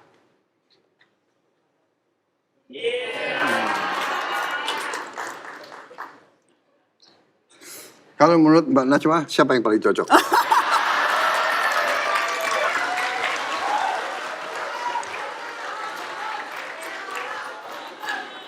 Tergantung Bapak mencari sosok yang bisa melengkapi Bapak dari segi apa, Pak? Apakah mencari sosok yang bisa melengkapi dari segi katakanlah daerah? Atau dari segi elektoral, hendak menambal suara dukungan di mana? Atau dari segi kompetensi, pengusaha atau bukan pengusaha? Atau dari segi usia? Jadi tergantung Pak Prabowo nyarinya yang seperti apa, nanti saya carikan. Oke. Ini kita jujur ya. Jujur Pak. Jadi semua nama yang Anda sampaikan ya, semua nama yang saya dengar. Tadi ya kalau tidak salah Anda sebut Pak Mahfud, Ya. Pak Erlangga, Pak Erick Thohir, Muhaimin, Ibu Hovifah. Ibu Khofifah, sama Mas Gibran ya. Jujur ya, kalau saya lihat mereka enam-enamnya adalah putra dan putri terbaik bangsa Indonesia.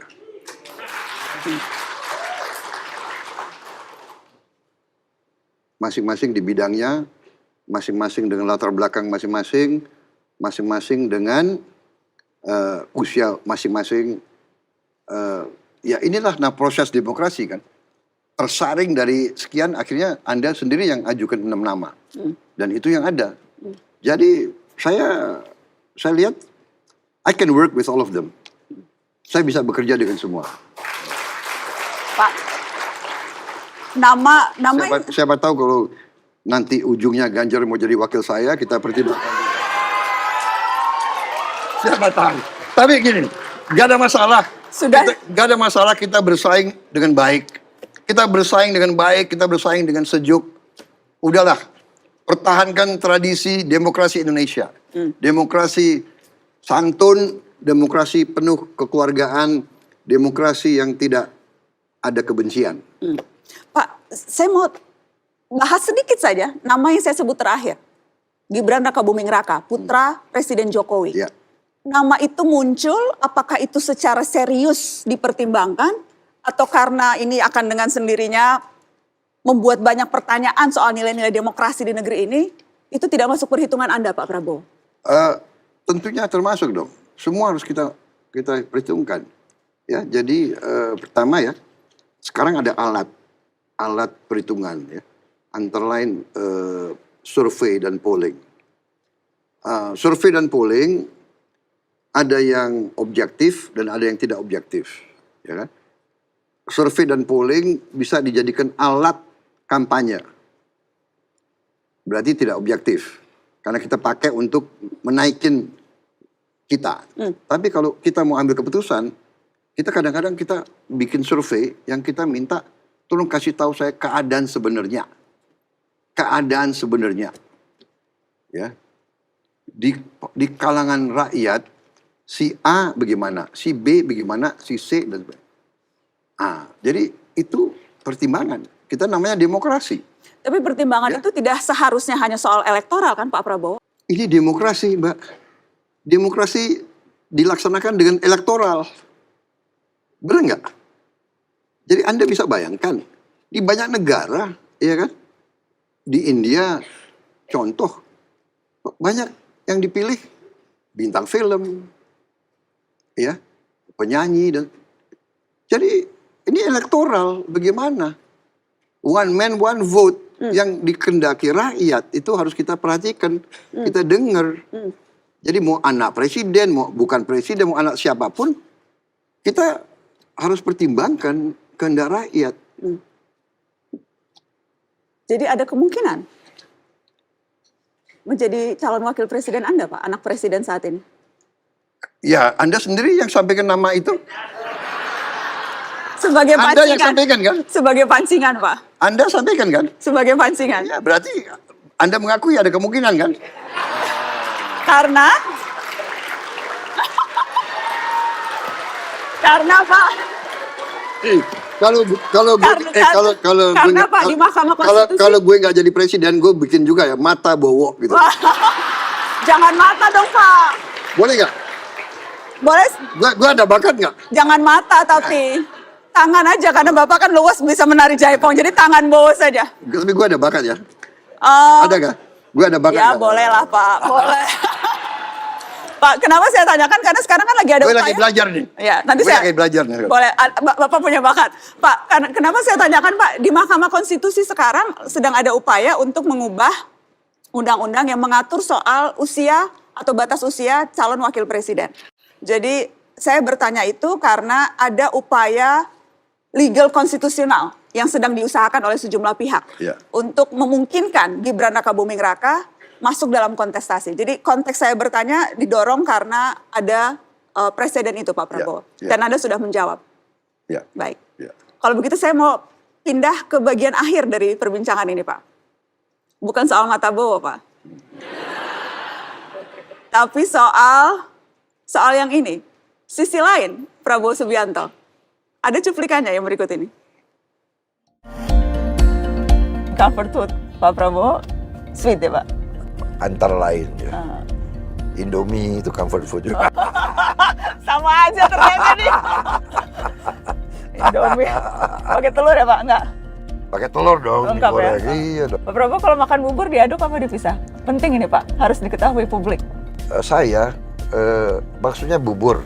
Itu Bubur ayam. Itu ada perdebatan sepanjang masa, Pak. Apakah dipisahkan banyak kondimennya? Iya, iya, iya. Jadi sekarang perdebatannya tuh selain siapa Messi atau Ronaldo, perdebatan adalah kalau makan bubur tuh dicampur atau dipisah, diaduk atau satu-satu, Pak.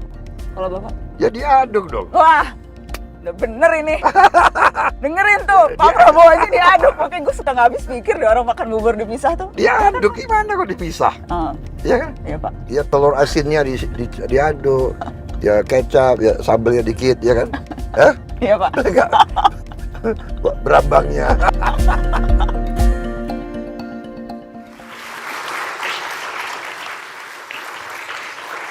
Sisi lain ya, Pak. Sisi lain Prabowo Subianto. Pak, kita sekarang di Perpustakaan Nasional. Dan sejak dulu Bapak dikenal sebagai tokoh yang mencintai buku dan literasi. Dari mana kebiasaan itu, Pak? Dan kalau boleh saya minta satu rekomendasi buku yang menurut Bapak begitu berpengaruh dan seharusnya bisa dibaca banyak orang. Jadi ceritanya begini, waktu saya besar itu kan tahun 50-60 ya. Kan belum ada internet, nggak ada YouTube, ya kan? Nggak ada gadget, ya kan? Bahkan ya komputer juga belum ada. Televisi hitam putih. Dan keluarga saya, ya bapak saya dulu seorang profesor, guru besar ya. Kita terus terang aja bukan miskin, tapi kita juga tidak pernah punya uang banyak. Ya. Apalagi bapak saya waktu itu juga masuk ke politik, ya juga ada masa atas masa bawah, kita pernah di rantau, ya di pengasingan, di mana uang terbatas. Jadi bagi saya perpustakaan itu tempat berlibur. Kalau Sabtu Minggu saya ke perpustakaan. Waktu saya tinggal di London, di mana itu selalu ke perpustakaan. Dan di sekolah ada kesempatan saya ke perpustakaan karena buku kan waktu di perpustakaan kan nggak bayar. Ya. Dan buku itu bisa membawa kita dapat pengalaman yang luar biasa. Dari situ saya mulai suka buku. Dan juga orang tua saya kalau tiap ulang tahun selalu hadiahnya buku. Jadi dari situlah.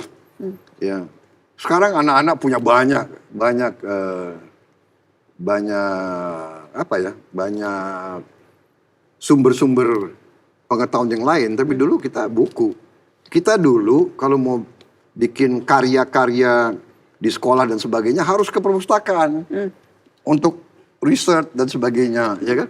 Sekarang kan tinggal tek, ya kan? Langsung. Iya, tanya paman Google dan sebagainya. Atau chat GPT sekarang. Iya, macam-macam. Luar biasa AI sekarang ya. Iya. Pak, jadi buku favorit atau buku rekomendasi, ini banyak dedek-dedek Pak di sini. Apa yang harus minimal satu buku yang perlu mereka baca? Ya sulit ya karena Banyak sekali referensi. iya, saya yang saya ingin bagi saya katakanlah penulis ya. Penulis aja dulu. Penulis yang saya banyak belajar, kagum itu Coelho. Coelho. Paul Coelho. Iya. Beberapa buku dia sangat tidak terlalu panjang ya, tapi filosofinya sangat-sangat tinggi. Itu bagi saya yang paling berpengaruh kepada saya terakhir adalah The Warrior of the Light. The Warrior of the Light. Paul Coelho. Itu nggak tebal, ringkas, tapi pelajarannya itu membangkitkan semangat saya. Luar biasa itu buku. Saya sarankan ya, anak-anak muda yang ingin maju, yang ingin ya kan sukses, baca buku itu. Dicatat ya. Berkuda dan memelihara kucing. Itu juga sisi lain dari Anda. Apa makna kehadiran dan memelihara hewan bagi Anda Pak Prabowo? Dan selain kuda kucing, apakah ada yang ingin... Jadi saya begini ya, saya terus terang aja. Saya... Ini Bobby ya Pak? Iya. Bukan, ini Bobby atau Iya, Miko? Karena ada banyak kan Pak? Sekarang udah ada 5 ya. Enggak, jadi begini. Bagi saya binatang, hewan itu kan makhluk ciptaan Tuhan. Jadi saya sayang sama semua makhluk itu. Iya.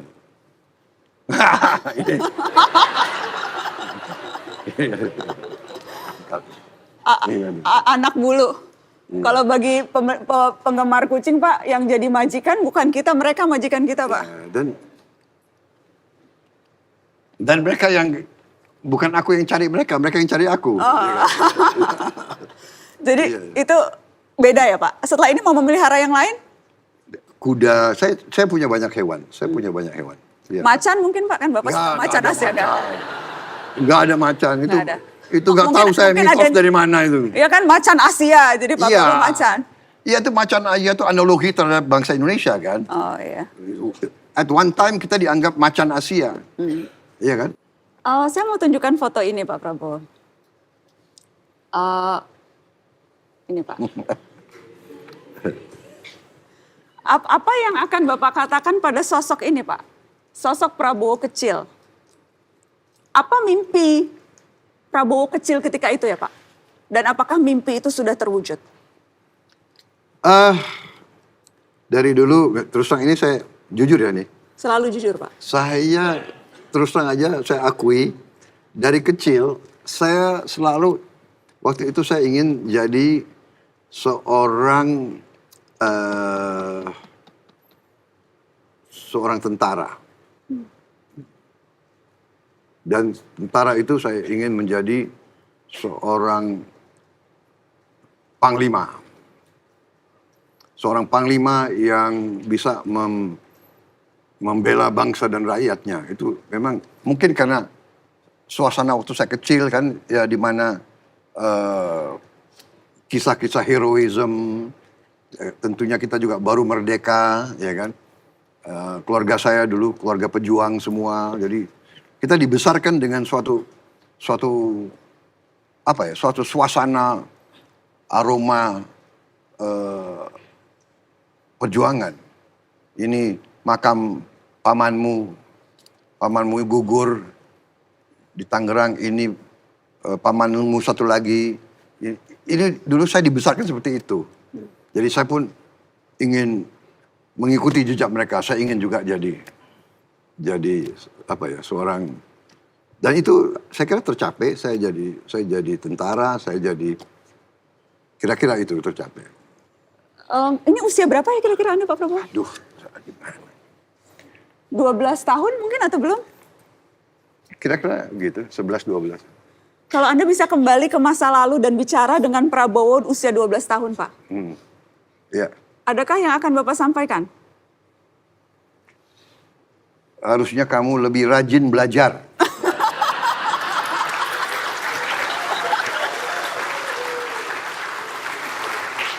Apa yang bisa membuat Prabowo Subianto tertawa terbahak-bahak? Dan apa yang selalu pasti bisa membuat Anda menangis? Saya memang nggak tahu ya. Saya memang suka humor. Jadi saya gampang ketawa. Humornya humor garing dead jokes gitu, Pak? Atau humor Sri Mulat? Atau humor apa yang bisa bikin Pak Prabowo ngakak-ngakak sampai sakit perut? Enggak, saya humor apa saja itu. Gampangan, Bapak iya, orangnya? Gampangan, enggak, apa saja. Bener, nggak tahu saya. Saya memang apa ya? Saya itu dari dulu ya, nggak tahu. Saya suka. Saya itu dan juga filosofi saya belajar. Saya itu kita harus gembira.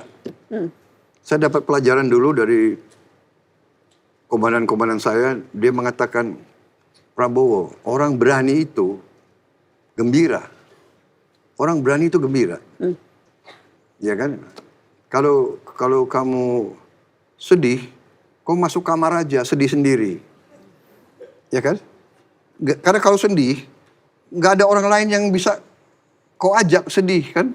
Tapi kalau gembira, orang lain bisa ikut gembira. Nah itu. Kapan terakhir kali Bapak menangis? Kapan ya? Menangis. Saya ini juga orang yang cepat terharu. Terus terang aja. Kalau saya lihat sesuatu yang membanggakan, kalau saya ingat anak buah saya yang pernah gugur, kalau saya lihat, saya nggak suka lihat, saya tidak suka lihat penderitaan. Itu sifat saya. Yang saya ajarkan kepada lingkungan saya, anak buah saya, apa yang saya dapat ya. Pertama, ya, kalau Anda tidak bisa membantu banyak orang, bantulah beberapa orang. Kalau Anda tidak bisa bantu beberapa orang, bantulah satu orang. Kalau satu orang pun Anda tidak bisa bantu, jangan bikin orang itu susah. Itu filosofi yang saya, jadi saya kira demikian. Ya. Prabowo Subianto, Menteri Pertahanan Republik Indonesia, Ketua Umum Partai Gerindra, Ketua Dewan Pembina Partai Gerindra, bakal calon presiden 2024. Terima kasih waktu Anda untuk Mata Najwa malam ini.